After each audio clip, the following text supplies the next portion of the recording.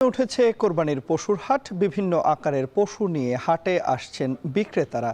এ নিয়ে আরো জানাতে বানিয়াপাড়ার হাট থেকে আমাদের সঙ্গে যুক্ত হচ্ছেন সহকর্মী অমিত হাসান এবং শেরপুর সদর থেকে আমাদের সঙ্গে যুক্ত আছেন সহকর্মী জাহিদুল খান সৌরভ। শুরুতেই যাচ্ছি বরিশালের খবর জানতে অমিতের কাছে। অমিত, হাটে নিশ্চয়ই শুক্রবার, যেহেতু নিশ্চয়ই বেচাকেনাও জমজমাট হচ্ছে। পশুর দাম নিয়ে ক্রেতা বিক্রেতারা কি বলছেন, বিস্তারিত জানাবেন। তন্ময়, একটু জানিয়ে রাখি, বরিশালে ধীরে ধীরে জমে উঠতে শুরু করেছে কোরবানির পশুর হাট। বরিশালের বিভিন্ন জায়গায় আমরা 2-3 দিন ধরে ঘুরছি। চরমোনাই থেকে শুরু করে সুগন্ধিয়া এবং আজকে রয়েছি বানুরীপাড়া উপজেলার গুয়াচিত্তা হাটে। এখানেও দেখা যাচ্ছে প্রচুর গরু রয়েছে। সেই পশুগুলো আসলে ব্যবসায়ীরা নিয়ে আসছে বিভিন্ন জায়গা থেকে, দূর দূরান্ত থেকেও নিয়ে আসছে বিক্রির উদ্দেশ্যে, এবং ক্রেতা বিক্রেতাদের সমাগম বেশ ভালো রয়েছে। তবে ব্যবসায়ীরা বলছেন যে বেচাকেনা এখনো সেরকমভাবে শুরু হয়নি, তবে আগামী সোমবারের পর থেকে বেচাকেনাটা বাড়বে বলে তারা সন্তোষ প্রকাশ করেছেন। এবং বরিশালের বিভিন্ন জায়গায় কিন্তু পশুর হাট বসেছে।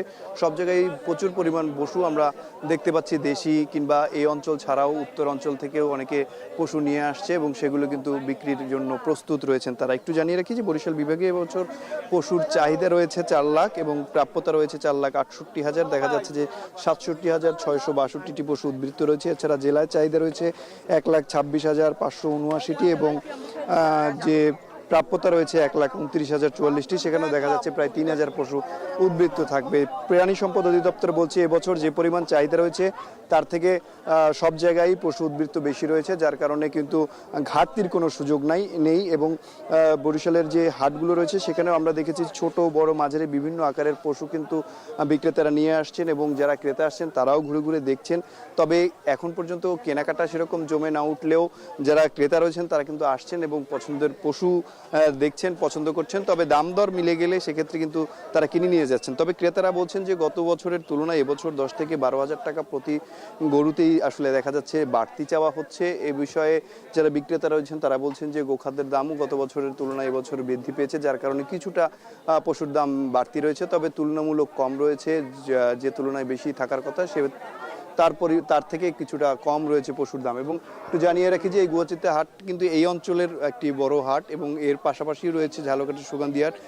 সেখানেও আমরা দেখেছি যে প্রচুর পরিমাণে গরু নিয়ে আসছে যারা বিক্রেতারা রয়েছেন, খামারে রয়েছেন তারা। এবং একটু জানিয়ে রাখি যে বরিশালের যে হাটগুলো রয়েছে সেগুলোতে প্রান্তিক পর্যায়ের যে খামারিরা তারা পশু নিয়ে আসছে, তাদের পাশাপাশি উত্তর অঞ্চল বিশেষ করে রংপুর, দিনাজপুর, যশোর, খুলনা অঞ্চল থেকেও কিন্তু অনেকে এখানে আসছেন এবং পশু বিক্রি করছেন। প্রতি বছরই আসে, এবছরও আমরা দেখেছি যে বিভিন্ন জায়গায় তারা এসেছেন। ইতিমধ্যে কিন্তু সেই বেচা বিক্রি শুরু হয়ে গেছে। এবং বরিশালের এই অঞ্চলে বিশেষ করে এই সাপ্তাহিক হাট রয়েছে গুয়াচিত্তা গরুর হাটে, আজকে শুক্রবারের সাপ্তাহিক হাট, এবং এর পরপরই কিন্তু তারা যে কোরবানির বিশেষ হাটগুলো রয়েছে সেগুলো শুরু হবে এবং ঈদের আগের দিন পর্যন্ত কিন্তু এই হাটটি চলবে। বিশেষ করে আরও দেখা যাচ্ছে যে প্রায় সব জায়গায় মহানগরীতে হাট এখন পর্যন্ত সেভাবে জমে না উঠলেও আশপাশের যে হাটগুলো রয়েছে, বিশেষ করে ইউনিয়ন পরিষদ এলাকায় ইউনিয়নের পর্যায়ের যে হাটগুলো রয়েছে সেগুলো কিন্তু ইতিমধ্যে জমে উঠেছে এবং ক্রেতারা সব জায়গায় ঘুরছে, যাচাই বাছাই করছে এবং পছন্দের পশুটি খুঁজে নেওয়ার চেষ্টা করছে। এবং একটু জানিয়ে রাখি যে বরিশাল মহানগরীতেও কিন্তু স্থায়ী অস্থায়ী হাট মিলিয়ে 8টি হাট রয়েছে, এর মধ্যে 2টি স্থায়ী হাট রয়েছে। এবং বরিশালের যে জেলায় রয়েছে সেখানেও কিন্তু যে হাটগুলো রয়েছে সেই হাটগুলো ইতিমধ্যে প্রস্তুত হয়েছে এবং সেখানেও পশু আসা শুরু করেছে। খুব শীঘ্রই সেই পশুগুলো আসলে যারা কোরবানি দিবেন, কোরবানি দাতা, তারা কিন্তু ঘুরে ঘুরে দেখছেন এবং কেনার উদ্দেশ্যে কিন্তু যারা বিক্রেতা আছে তাদের সাথে কিন্তু একটি দর কষাকষি হচ্ছে। পছন্দ হলে তারা কিন্তু তাদের পছন্দের পশুটিকে কিনে নিয়ে যাচ্ছে। তো বরিশাল থেকে এই ছিল পশুর হাটের সবশেষ আমার কাছে। এবার আমরা চলে যাব শেরপুরে, সেখানকার পশুর হাটের সর্বশেষ খবর জানাবেন সহকর্মী সৌরভ। অমিত, বরিশালের মতো কিন্তু শেরপুরেও ঈদুল আজহাকে সামনে রেখে কুরবানির পশুর হাট অনেকটা জমে উঠেছে। আমি এখন দাঁড়িয়ে আছি শেরপুর সদরের কামারচর, যে বৃহৎ একটি গরুর হাট, সেটিতে।